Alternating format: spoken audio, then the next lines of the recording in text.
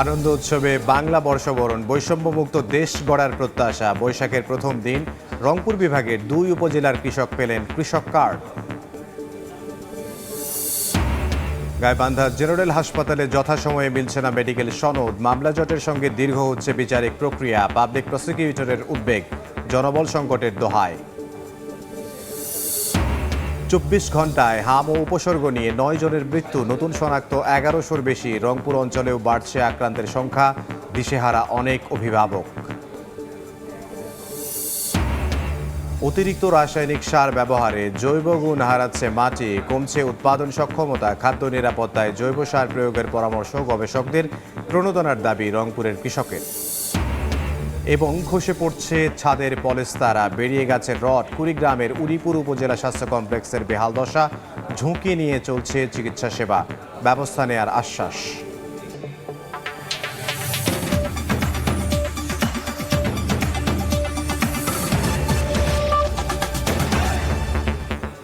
আমন্ত্রণ সময় সংবাদের নিয়মিত আয়োজন। বিভাগীয় সময়ে থাকছে সপ্তাহের 7 দিন ভিন্ন ভিন্ন বিভাগের সংবাদ নিয়ে। আজ থাকছে রংপুর বিভাগ, সঙ্গে আছে আমি ইমদাদুল হক। নতুন বছরকে বরণ করতে সারা দেশের মতো রংপুরে উৎসব মুখর পরিবেশ। র্যালি, মেলা আর গ্রাম বাংলার ঐতিহ্যবাহী খেলায় মেতে ওঠে সব বয়সী মানুষ। নতুন বাংলা বছরে বিভাগের 2টি উপজেলা পেল বিএনপি সরকারের নির্বাচনী প্রতিশ্রুতি কৃষক কার্ড। বিস্তারিত জানাচ্ছেন নাজমুল ইসলাম নিশাত।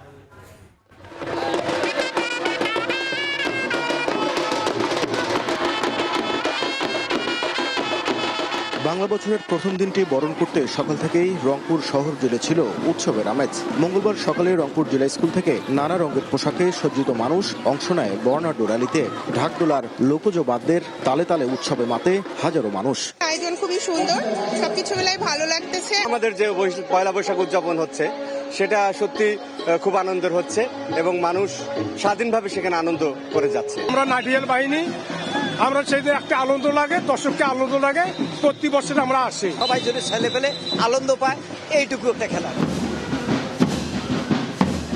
কুড়িগ্রামে গ্রামীণ ঐতিহ্যে উৎসবমুখরভাবে বাংলা নববর্ষ পালন করছে বিভিন্ন প্রাথমিক বিদ্যালয়ের শিক্ষার্থীরা। নানা সাজে গ্রামীণ সড়কে শোভাযাত্রার পাশাপাশি সেখানে দিনভর আয়োজন করা হয়েছে হারিয়ে যাওয়া গ্রামীণ খেলাধুলার। এছাড়াও নীলফামারী, ঠাকুরগাঁও, গাইবান্ধায় বর্ণাঢ্য র্যালির পাশাপাশি আয়োজন করা হয় দিনব্যাপী বৈশাখী মেলা ও পিঠা উৎসবের। সবাই মিলে একসাথে র্যালি করলাম, আমাদের অনেক ভালো লাগছে। খুবই আনন্দের সাথে আমরা পহেলা বৈশাখ উদযাপন করছি। আমাদের দেশীয় ঐতিহ্য কালের ক্রমে হারিয়ে যাচ্ছে, সেগুলো যাতে হারিয়ে না যায় আমরা আমাদের তরুণ প্রজন্মের মাঝে সেগুলো ছড়িয়ে দিতে চাই।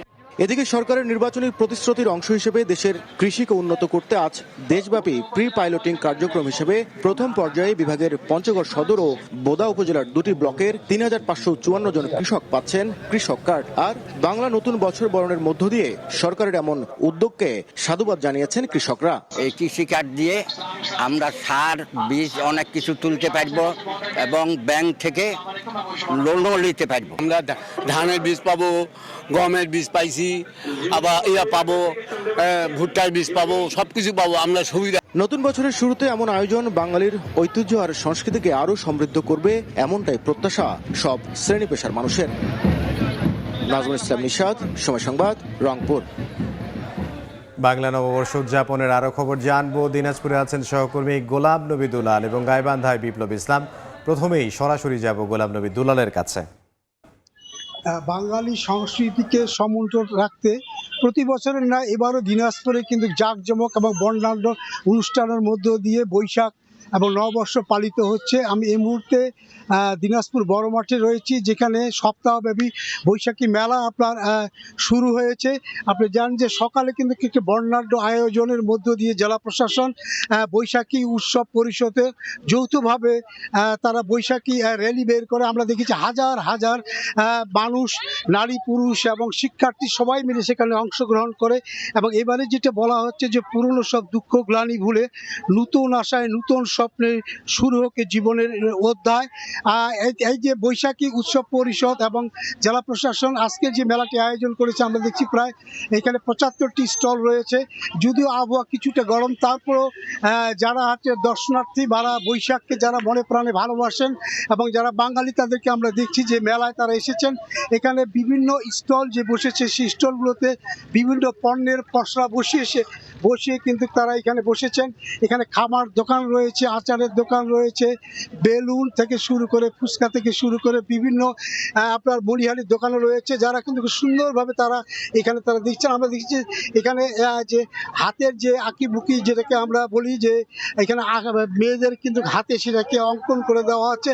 একটা সুন্দর পরিবেশ কিন্তু মেলার মধ্যে আমরা বিরাজ করছে। বিশেষ করে গ্রাম্য যে সংস্কৃতি আমরা দেখছি যে গ্রাম থেকে অনেকে এখানে এসেছেন, তাদের হাতের তৈরি কাঠের পুতুল এবং বিভিন্ন কাঠের যে আপনার জিনিসপত্র তৈজসপত্র তারা কিন্তু এই মেলার মধ্যে তারা নিয়ে এসেছেন এবং তারা কিন্তু এখানে বিক্রি করছেন। আমরা আরেকটি বিষয় হচ্ছে যে এখানে দর্শনার্থী আপনার বিভিন্ন এলাকা থেকে ইতিমধ্যে আসা শুরু হয়েছে এবং এটি সন্ধ্যা 7টা পর্যন্ত চলবে। যে সরকারি যে নির্দেশনা, সেই নির্দেশনা অনুযায়ী আপনারা সন্ধ্যা 7টার মধ্যে এই মেলাটাকে সমাপ্ত করতে হবে এবং সপ্তাহব্যাপী এই মেলা চলবে। জেলা প্রশাসন যেটা বলেছেন যে এই মেলাতে যেন কোনো অপ্রীতিকর ঘটনা না ঘটে, সেই জন্য আপনার কঠোর এখানে নিরাপত্তার ব্যবস্থা আপনার রাখা হয়েছে এবং যারা মেলায় আসবেন তারা যে সুন্দরভাবে মেলার যে সান্নিধ্য তারা উপভোগ করতে পারেন। এই মুহূর্তে গাইবান্ধায় রয়েছেন আমাদের সহকর্মী বিপ্লব, আমরা তার কাছেই যাচ্ছি, তিনি জানাবেন সেখানকার নববর্ষের খবর। বিভিন্ন আয়োজনের মধ্য দিয়ে কিন্তু গাইবান্ধার মানুষ আজ যে বাংলা বর্ষবরণ সেটিকে বরণ করে নিচ্ছে। আমরা দেখছি যে সকাল থেকেই কিন্তু বিভিন্ন অনুষ্ঠানের মধ্য দিয়ে আজকে এই বাংলা বর্ষবরণ অনুষ্ঠিত হচ্ছে। এই বর্ষবরণের ধারাবাহিকতায় কিন্তু জেলার বিভিন্ন স্থানে আমরা দেখছি গ্রামীণ যে মেলা, সেই মেলা বসেছে। প্রতি বছরের মতো কিন্তু বছরের প্রথম দিনই এই মেলা বসে থাকে। জেলার বিভিন্ন এলাকায় কোথাও সপ্তাহব্যাপী, কোথাও দিনব্যাপী, কোথাও মাসিক কিন্তু এই মেলা অনুষ্ঠিত হয়। আমি রয়েছে গাইবান্ধার স্বাধীনতা প্রাঙ্গণ মাঠে। এই মাঠে কিন্তু জেলা প্রশাসনের উদ্যোগে দিনব্যাপী বৈশাখী মেলা অনুষ্ঠিত হচ্ছে। এই মেলায় আমরা দেখেছি যে গ্রামীণ বিভিন্ন মাটির খেলনা থেকে শুরু করে বিভিন্ন আসবাব জিনিসপত্র কিন্তু উঠেছে এবং এই সকল মেলাতে কিন্তু বিভিন্ন বয়সী মানুষ অংশগ্রহণ করেছেন, বিভিন্ন মানুষ আসছেন এবং তারা এই মেলাকে উপভোগ করছেন। পাশাপাশি আমরা দেখছি যে এই মেলায় কিন্তু আমরা দেখছি যে বিশেষ করে ক্ষুদে দর্শনার্থী যারা রয়েছে তারা কিন্তু বেশি আছে। বাংলার যে নববর্ষ, বাংলার যে বর্ষবরণ, এই বর্ষবরণকে কিন্তু প্রধান যে আকর্ষণ, সেই আকর্ষণই থাকে কিন্তু জেলায় বৈশাখী মেলা। এই মেলায় কিন্তু আমরা দেখছি আজকে যে বিভিন্ন কুটির শিল্পের যে জিনিসপত্রাদি সেগুলো এসেছে, হাতে তৈরি বিভিন্ন জিনিসপত্র দিয়ে এসেছে। এই মেলায় কিন্তু সকালে যে বর্ষবরণ অনুষ্ঠিত হয়েছে, বর্ষবরণ অনুষ্ঠানের পরপরই কিন্তু এই মেলা শুরু হয়েছে। এই মেলায় কিন্তু আমরা দেখছি যে বিশেষ করে যে সমস্ত সামগ্রী আমরা অন্য মেলায় দেখতে পাই না, অন্য অনুষ্ঠানে দেখতে পাই না, সেই সকল লোক সংস্কৃতি, সেই সকল গ্রামীণ সংস্কৃতির কিন্তু জিনিসপত্র দিয়ে বেশি আসে, যে কারণে কিন্তু মানুষ আগ্রহ ভরে এই মেলায় আসেন এবং সেই সকল দুর্লভ সংগ্রহ, সেই সংগ্রহে কিন্তু মানুষ কেনাকাটার জন্য আসেন। এই ছিল গাইবান্ধার স্বাধীনতা প্রাঙ্গণ থেকে বৈশাখী মেলার সর্বশেষ খবর। গাইবান্ধা থেকে বিপ্লব ইসলাম এবং এর আগে দিনাজপুর থেকে যোগ দিয়েছিলাম গোলাম নবী দুলাল। মারামারি, হামলা ও বিভিন্ন অপরাধের ঘটনায় আহতদের জন্য মেডিকেল সনদ একটি অত্যন্ত গুরুত্বপূর্ণ আইনি দলিল। এই সনদের উপর নির্ভর করে মামলার তদন্ত, চার্জশিট দাখিল এবং আদালতের বিচার কার্যক্রম এগিয়ে যায়। তবে অভিযোগ উঠেছে গাইবান্ধা জেনারেল হাসপাতালে এই মেডিকেল সনদ সময় মতো না পাওয়ার। এতে চরম ভোগান্তি ও হয়রানির শিকার হচ্ছেন মামলার বাদী ও বিবাদীরা। এতে শুধু ব্যক্তিগত দুর্ভোগই বাড়ছে না, তদন্ত প্রতিবেদন দাখিলেও বিলম্ব হচ্ছে পুলিশের। এ কারণে বাড়ছে মামলা জট, দীর্ঘ হচ্ছে বিচার প্রক্রিয়া, ব্যাহত হচ্ছে ন্যায় বিচার। সোহেল রানার তোলা ছবি নিয়ে বিপ্লব ইসলামের রিপোর্ট। গাইবান্ধা জেনারেল হাসপাতাল জেলার সহিংসতা, মারামারি কিংবা দুর্ঘটনায় আহতদের চিকিৎসা এবং মেডিকেল সনদ প্রদানের প্রধান কেন্দ্র। আইনগতভাবে একটি মামলার অন্যতম গুরুত্বপূর্ণ প্রমাণ এই মেডিকেল রিপোর্ট, কিন্তু অভিযোগ উঠেছে সময় মতো দেয়া হচ্ছে না এই মেডিকেল সনদ। এতে বিপাকে পড়ছেন ভুক্তভোগীরা। মামলার বাদীরা বলছেন ঘটনার পর দ্রুত চিকিৎসা নিলেও মেডিকেল সনদের জন্য পুলিশের মাধ্যমে বারবার হাসপাতালের দ্বারস্থ হতে হচ্ছে তাদের। দিনের পর দিন ঘুরেও মিলছে না প্রয়োজনীয় সনদ, এতে দীর্ঘায়িত হচ্ছে কাঙ্ক্ষিত ন্যায় বিচার। একই চিত্র বিবাদীদের ক্ষেত্রেও, সময় মতো সনদ না পাওয়ায় নিজেদের আইনি প্রক্রিয়া সম্পন্ন করতে পারছেন না তারা, ফলে অযথা হয়রানি আর বাড়ছে অনিশ্চয়তা। কোর্টে যখন মামলা দায়ের করছি তো এখন ওরা এমসি যাচ্ছে, তো এমসিটা আমি এখান থেকে পাচ্ছি না। একবার হাসপাতাল, একবার থানায় ঘুরতেছি। প্রায় 1 বছর হলো এমসির জন্য ঘুরতেছি হাসপাতালে এবং থানায়। শুধু বিচার প্রত্যাশী নয়, এই সংকটের প্রভাব পড়েছে আইন শৃঙ্খলা বাহিনীর কাজেও। তদন্ত সম্পূর্ণ হলেও মেডিকেল সনদ না থাকায় আদালতে অভিযোগপত্র দাখিল করতে পারছে না পুলিশ, ফলে মামলার নিষ্পত্তি বিলম্বিত হচ্ছে। এতে বাড়ছে মামলা জট, দীর্ঘ হচ্ছে বিচার প্রক্রিয়া। বিচার প্রার্থীদের ন্যায় বিচার পেতে সময় লাগছে আরো বেশি। এমন পরিস্থিতিতে উদ্বেগ জানিয়েছেন পাবলিক প্রসিকিউটর। আঘাতের পরিমাণটা গুরুতর হয় বা একটু সিভিয়ার প্রকৃতির হয়, সেক্ষেত্রে এই হাসপাতাল থেকে, স্থানীয় হাসপাতাল থেকে তাকে বড় কোনো মেডিকেল কলেজ হসপিটালে রেফার করে দেন। সেক্ষেত্রে সেই আপনার এমসিটা পেতে আমাদের একটু সময় লাগে। যদি তারা ব্যবস্থা না নেয় তাহলে বিজ্ঞ আদালত থেকে যে অফিসার এটা গাফিলতি করবে তার এগেইনস্টে ব্যবস্থা নেওয়ার জন্য আমরা সিদ্ধান্ত নিয়েছি। অভিযোগের বিষয়টি স্বীকার করেছে হাসপাতাল কর্তৃপক্ষ। জনবল সংকট ও অতিরিক্ত রোগীর চাপের কারণেই এমন পরিস্থিতি তৈরি হয়েছে বলে জানান হাসপাতালটির আবাসিক মেডিকেল অফিসার। পুলিশ বিভাগ কেন্দ্রিক বা বিচার সংশ্লিষ্ট যে বিষয়গুলো সেগুলোও কিন্তু আমাদের দেখতে হয়। তো দেখা যাচ্ছে যে জনবলটা পর্যাপ্ত থাকলে এই বিষয়টাতে সমস্যাটা কমে আসতো। গাইবান্ধা জেনারেল হাসপাতালে গত বছর বিভিন্ন মামলার 817টি মেডিকেল সনদের আবেদন করে পুলিশ, যার মধ্যে দেয়া হয় 492টি। আর চলতি বছরের গেল 3 মাসে আবেদন করে 185টি, দেয়া হয় 128টি। মামলা দায়েরের 3 মাসের মধ্যে পুলিশের অভিযোগপত্র দেওয়ার কথা থাকলেও সনদ অভাবে তা দীর্ঘায়িত হচ্ছে। বিপ্লব ইসলাম, সময় সংবাদ, গাইবান্ধা। বিভাগীয় সময় আরও থাকছে। বারবার তালিকা করেও দখলমুক্ত হয়নি ঠাকুরগাঁওয়ের অস্তিত্ব হারাতে বসেছে বেশ কয়েকটি নদী। উদ্ধারে কাজ চলমান বলছে পানি উন্নয়ন বোর্ড। একসময় যে মাটি ছিল প্রাণবন্ত ও পুষ্টিতে ভরপুর, অতিরিক্ত রাসায়নিক সারের ব্যবহারে সেই মাটি এখন ধীরে ধীরে হারাচ্ছে তার জৈব গুণ এবং উৎপাদন সক্ষমতা। বর্তমানে দেশের 78% জমির জৈব পদার্থ 1% নিচে, 76% জমি অবক্ষয়গ্রস্ত এবং 56% জমি অর্থনৈতিকভাবে টেকসই নয়। গবেষণা বলছে মাটির স্বাস্থ্য ঠিক রাখতে না পারলে 2050 সাল নাগাদ 25 থেকে 30% পর্যন্ত উৎপাদন কমতে পারে। রংপুর থেকে শাকিল মাহমুদের ছবিতে নাজমুল ইসলাম নিশাতের রিপোর্ট। রংপুরের খাসবাগ এলাকার কৃষক জালাল উদ্দিন ফসল উৎপাদন করতে তিনি যে রাসায়নিক সার প্রয়োগ করছেন সেটি তার নিজেরই নির্ধারণ করা। জানালেন ফসল ভেদে নির্ধারণ করেন কোন সার কি পরিমাণ দিতে হবে। নর্মালির মধ্যে যে একবার ঘাস ফাড়া দিব, ঘাস ফাড়া দেওয়ার পরে আমরা মনে যে খালি একবার খালি ফসফেট আর পটাশ দিব। জালাল উদ্দিনের মতো অধিকাংশ কৃষকই জানালেন বেশি রাসায়নিক সার না দিলে ফসল ভালো পাওয়া যায় না এবং প্রতি বছরই এর পরিমাণ বাড়ছে। সুতরাং জমির গুণগত মান সম্পর্কে ধারণা না থাকলেও কৃষকেরা নিজেরাই সারের মাত্রা ঠিক করছেন। হাওয়ায় সার দেওয়ার কারণে অনেক সময় দেখা যাচ্ছে যে কোনোখানে মাটির উর্বরতার কম বেশি হওয়ার কারণে ফলনটা সুবিধা মতন হচ্ছে না। পর বছর ডোজ আবার বাড়িয়ে দেই বেশি ফলনের আশায়, কিন্তু আকাঙ্ক্ষিতভাবে ফলন আমরা পাই না। যতই সার দেবেন অত একটু উৎপাদন বেশি হইবে, সার না দেবেন অনেক হয় যে চুনচুনি নাই থাকে। দেশে চাষযোগ্য প্রতি হেক্টর জমিতে রাসায়নিক সার ব্যবহারের পরিমাণ 391 কেজি, যা বৈশ্বিক গড়ের প্রায় 3 গুণ। বিবিএস এর 2025 সালের তথ্য বলছে দেশের 56% কৃষি জমি অর্থনৈতিকভাবে টেকসই নয়, 73% জমির অর্ধেক বা তার বেশি ক্ষতিগ্রস্ত হয়েছে। মৃত্তিকা সম্পদ উন্নয়ন ইনস্টিটিউটের তথ্য বলছে 78% জমির জৈব পদার্থ 1%-এর নিচে, যেখানে আদর্শ পরিমাপ থাকার কথা সর্বনিম্ন 2.5%। এমনকি অধিকাংশ মাটি অনুর্বর ও মৃতপ্রায়। গবেষকদের মতে মাটির গুণগত মান উন্নয়নে গুরুত্ব না দিলে প্রভাব ফেলবে খাদ্য নিরাপত্তায়। আমাদের দীর্ঘদিনের মৃত্তিকা নিয়ে গবেষণার ফসল হিসেবে আমরা দেখি যে 25 থেকে 40% পর্যন্ত আমাদের উৎপাদন বৃদ্ধি পায় যদি আমরা মাটি পরীক্ষা করে সার ব্যবহার করি। সরকার 2018 সালে কৃষি নীতিতে কৃষি জমিতে জৈব সারের ব্যবহার বাড়ানোকে গুরুত্ব দেওয়ার পাশাপাশি প্রয়োজনে ভর্তুকির কথা বলা হলেও বাস্তবিক অর্থে তার প্রয়োগ নেই। যদিও কৃষি বিভাগের দাবি কৃষকদের সচেতন করার পাশাপাশি রাসায়নিক সারের ব্যবহার কমাতে সব ধরনের পরামর্শ দেওয়া হচ্ছে। মাঠে ডেমনস্ট্রেশনে আমরা গত আলুতে কিন্তু কিছুটা ফলাফল পেয়েছি। যারা করেছে তারা হয়তো পুরোপুরি হয়তো সেই ডোজটি মানছে না, কিন্তু কাস্টমাইজ যে ডোজ সেটি ইউজ করছে। জাতিসংঘের খাদ্য ও কৃষি সংস্থা FAO বলছে মাটির স্বাস্থ্য ঠিক রাখতে না পারলে 2050 সাল নাগাদ দেশে খাদ্য উৎপাদন 25 থেকে 30% কমতে পারে।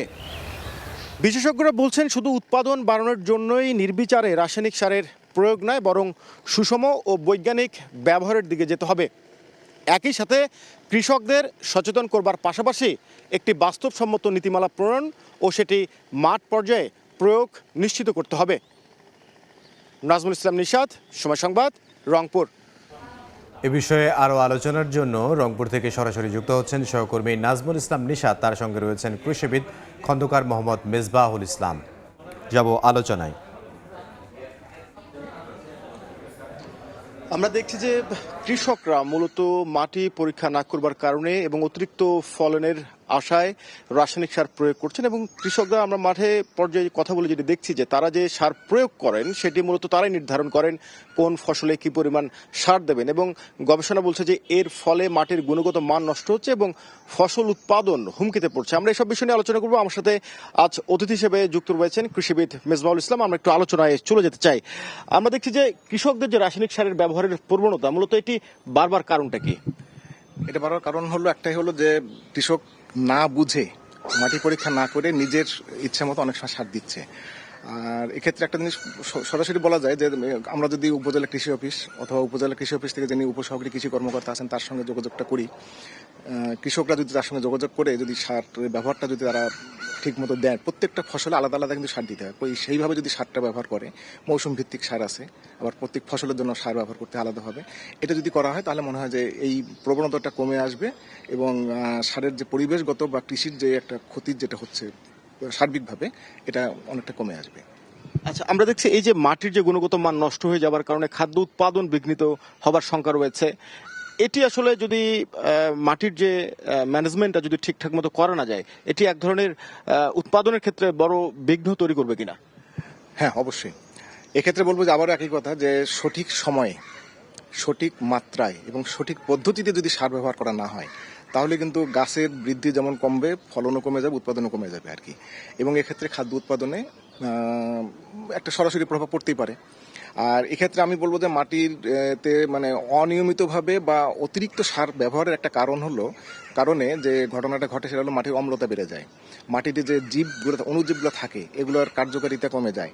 পাশাপাশি হলো যে মাটির যে আমরা অন্য সার ব্যবহার করতেছি, যেগুলো মানে একটা সার ব্যবহারের কারণে, বেশি ব্যবহারের কারণে অন্য সারের কিন্তু কোনোটার গ্রহণে বাধাগ্রস্ত হচ্ছে, কোনোটা গাছ নিতে পারতেছে না বা কোনোটা মাটিতে আটকে যাচ্ছে, এরকম ঘটনা ঘটে। সেক্ষেত্রে দেখা গেল যে পুষ্টির ভারসাম্যহীনতা যেটা এটা দেখা দেয় বা পুষ্টির ভারসাম্যটা নষ্ট হয়। এসব ক্ষেত্রে একটাই জিনিস হলো যে আমাদের বিভিন্ন অঞ্চলে বা বিভিন্ন জেলায় অনেক সময় আছে যে মৃত্তিকা সম্পদ উন্নয়ন ইনস্টিটিউট, তাদের পরীক্ষাগার আছে, মাটি পরীক্ষাগার, এবং অনেক সময় অনেক জায়গায় ভ্রাম্যমাণ মাটি পরীক্ষাগারও যায়, প্রায় প্রতি মাসেই কোথাও না কোথাও যাচ্ছে। এসবের মাধ্যমে কিন্তু আমরা মাটি পরীক্ষা করি, যদি মাটিতে সারটা সঠিক মাত্রায় প্রয়োগ করি তাহলে মাটির যেমন দূষণ কমবে, পরিবেশের দূষণ কমবে, ফসলের উৎপাদনটাও সঠিকভাবে রাখা যাবে। সবশেষ একটু জানতে চাই যে এই মাটির ভারসাম্য আপনি যেটি বললেন, এটি রক্ষা এবং কৃষকদের আমরা দেখেছি যে কথা বলে তারা কিন্তু মাটি পরীক্ষা করেন না, এই ক্ষেত্রে কৃষকদের সচেতন করবার প্রয়োজন রয়েছে কিনা এবং কৃষি বিভাগকে কিভাবে কাজ করতে হবে? মাটি পরীক্ষা তো অবশ্যই প্রয়োজন আছে। সেক্ষেত্রে কৃষি বিভাগ আমাদের কিন্তু কাজ করছে। আমাদের যে প্রতি মাসেই কিন্তু মাটি পরীক্ষা, বিভিন্নখানে মাটি পরীক্ষা করে মাটি সংগ্রহ করে এটা কিন্তু পাঠানো হয় বিভিন্ন পরীক্ষাগারে। এবং সেক্ষেত্রে আমি বলবো যে কৃষককেও আগায় আসতে হবে। যেমন আমরা ডাক্তারের কাছে যাই, হ্যাঁ, কিন্তু আমার অসুখ হলে ডাক্তার কিন্তু আমাদের কাছে আসে না। আমার সমস্যা হয়েছে, আমি অবশ্যই আমার মাটির আমার ফলন কমে যাচ্ছে কেন, আমার গাছের কি সমস্যা হচ্ছে, এইসবের জন্য আমি অবশ্যই আমার কৃষি অফিসের সঙ্গে যোগাযোগ করব। সেই সাথে বলবো যে ফসল ফলানোর আগে অন্তত বছরে একবার মাটি পরীক্ষাটা করা উচিত। আপনি বলছেন যে কৃষকদের সচেতন হতে হবে এবং মাটি পরীক্ষা একটি গুরুত্বপূর্ণ বিষয়। আমরা কথা বলছিলাম অতিরিক্ত রাসায়নিক সার ব্যবহারের কারণে কৃষি জমির আসলে ক্ষতি কেমন হচ্ছে এবং সেটি থেকে উত্তরণ করতে গেলে ভূমি ব্যবস্থাপনাটা কেমন করতে হবে। আমার সাথে আজকে অতিথি হিসেবে যুক্ত ছিলেন কৃষিবিদ মেজবাউল ইসলাম। তো সবকিছু মিলে আজকে আলোচনার বিষয়বস্তু এই ছিল আমার কাছে। নাজমুল ইসলাম নিশাত এবং তার সঙ্গে একজন অতিথি ছিলেন, তারা আলোচনা করছিলেন মাটির যে জৈব গুণ সেই এবং উৎপাদন ক্ষমতা সে বিষয়ে। কুড়িগ্রামের উলিপুর উপজেলা স্বাস্থ্য কমপ্লেক্সের বেহাল দশা। সম্প্রতি ছাদের পলেস্তারা খসে অল্পের জন্য রক্ষা পান রোগীর স্বজনরা। বিকল্প না থাকায় বাধ্য হয়ে প্রতিদিনই ঝুঁকি নিয়ে চিকিৎসা সেবা নিতে হাসপাতালটিতে যাচ্ছেন রোগীরা। যদিও ঝুঁকিপূর্ণ ভবনটি পরিদর্শন করে ব্যবস্থা নেওয়ার কথা জানায় জেলা স্বাস্থ্য বিভাগ। বাদশা সৈকতের তথ্য, জামিল মিয়ার ছবিতে রিপোর্ট। ছাদের পলেস্তারা খসে পড়া, বেরিয়ে আছে রড, পুরো ভবনই পুরনো এবং জরাজীর্ণ। এটি কুড়িগ্রামের 50 শয্যা উলিপুর উপজেলা স্বাস্থ্য কমপ্লেক্সের দ্বিতল ভবন। 1980 সালে নির্মাণ হওয়া ভবনটি অযত্ন আর অবহেলায় এখন জরাজীর্ণ। দেয়ালের বিভিন্ন অংশে দেখা দিয়েছে ফাটল। এরই মাঝে ঝুঁকি নিয়ে চলছে চিকিৎসা সেবা, রয়েছে চিকিৎসক সংকটও। বর্তমানে 38 জন চিকিৎসকের বিপরীতে রয়েছেন 16 জন, আর নার্সসহ অন্যান্য কর্মচারী রয়েছে 34 জন। দুর্ভোগের শেষ নেই রোগী ও তার স্বজনদের। ডিউটি করার সময় ফিমেল ওয়ার্ডের একটা ফ্যান খুলে পড়ে গেছিল একদম। বিভিন্ন জায়গা খসি পড়ে। আমরা অনেক আতঙ্কে আছি যে কখন জানি এখানেও দুর্ঘটনা ঘটে। ভূমিকম্প আসলে তো একদম ধসে যাবে। স্টাফ যা আছে তার তুলনায় রোগীর সংখ্যা বেশি। আমরা পুনর্নির্মাণের জন্য আবেদন করেছিলাম, কিন্তু তৎকালীন সরকারের সময় আমাদের অপারেশনাল প্ল্যানগুলো বন্ধ থাকার কারণে কোনো পুনর্নির্মাণ অনুমোদন করা হয়নি। এদিকে গত 7 এপ্রিল ছাদের পলেস্তারা খসে রোগীর এক স্বজন ও তার সন্তান অল্পের জন্য রক্ষা পাওয়ার খবর সামাজিক যোগাযোগ মাধ্যমে ছড়িয়ে পড়ে। পরদিনই ভবনটি পরিদর্শন করে প্রয়োজনীয় ব্যবস্থা নেওয়ার আশ্বাস দেন জেলা সিভিল সার্জন। উপজেলা স্বাস্থ্য পরিবার পরিকল্পনা ডাক্তার হারুনকে নির্দেশনা দিয়েছি যে পরবর্তী হাসপাতাল ব্যবস্থাপনা কমিটির মিটিংয়ে সিদ্ধান্ত নেওয়ার জন্য, যাতে ভবনটি পুনর্নির্মাণ না হওয়া পর্যন্ত যাতে অল্টারনেটিভ একটা ব্যবস্থা গ্রহণ করে চিকিৎসা সেবা প্রদান অব্যাহত রাখা যায়। হাসপাতালটিতে প্রতিদিন আন্তঃবিভাগে 60 থেকে 70 জন ও বহির্বিভাগে 400 থেকে 500 জন রোগীর চিকিৎসা সেবা নেন। সময় সংবাদ, কুড়িগ্রাম। বিভাগীয় সময় আরও থাকছে। জ্বালানি সংকটের প্রভাব পঞ্চগড়ের বাংলা বান্ধায় স্থলবন্দরে। পাথর ভাঙার ক্র্যাশিং মেশিন বন্ধ হওয়ার পথে আটকা পড়েছে বিভিন্ন পণ্যবাহী ট্রাক। লোকসান আশঙ্কায় ব্যবসায়ীরা। 24 ঘন্টায় সারা দেশে হাম ও উপসর্গ নিয়ে 9 জনের মৃত্যু হয়েছে, নতুন শনাক্ত 1100-র বেশি। এদিকে ঠাকুরগাঁওয়েও দিন দিন বাড়ছে হাম রুবেলা রোগে আক্রান্তের সংখ্যা। গত 24 ঘন্টায় 33 জন সন্দেহজনক রোগী জেলার স্বাস্থ্য কমপ্লেক্সগুলোতে চিকিৎসা নিতে এলেও ভর্তি আছে 7 জন। তাদের সবাই শিশু। স্বাস্থ্য বিভাগের তথ্যানুযায়ী জেলার 5টি উপজেলায় এখন পর্যন্ত 101 জন রোগী চিকিৎসা নিয়েছে।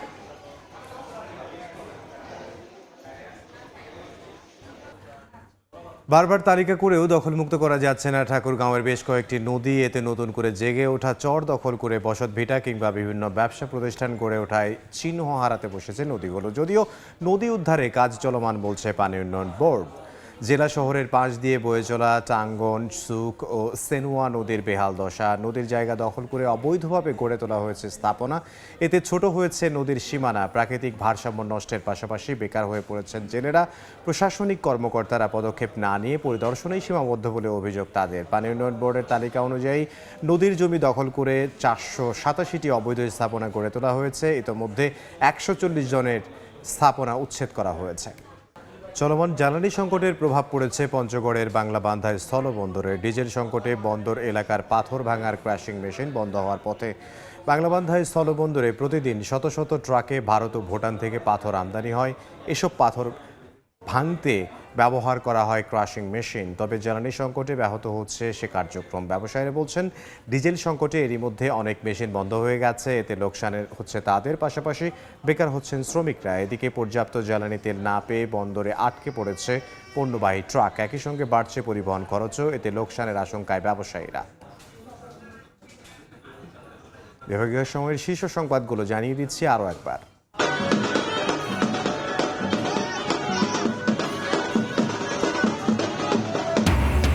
আনন্দ উৎসবে বাংলা বর্ষবরণ, বৈষম্যমুক্ত দেশ গড়ার প্রত্যাশা। বৈশাখের প্রথম দিন রংপুর বিভাগের 2 উপজেলার কৃষক পেলেন কৃষক কার্ড।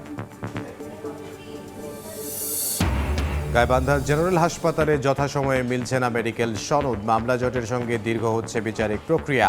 পাবলিক প্রসিকিউটরের উদ্বেগ, জনবল সংকটের দোহায়। এবং অতিরিক্ত রাসায়নিক সার ব্যবহারে জৈব গুণ হারাচ্ছে মাটি, কমছে উৎপাদন সক্ষমতা। খাদ্য নিরাপত্তায় জৈব সার প্রয়োগের পরামর্শ গবেষকদের, প্রণোদনার দাবি রংপুরের কৃষকের।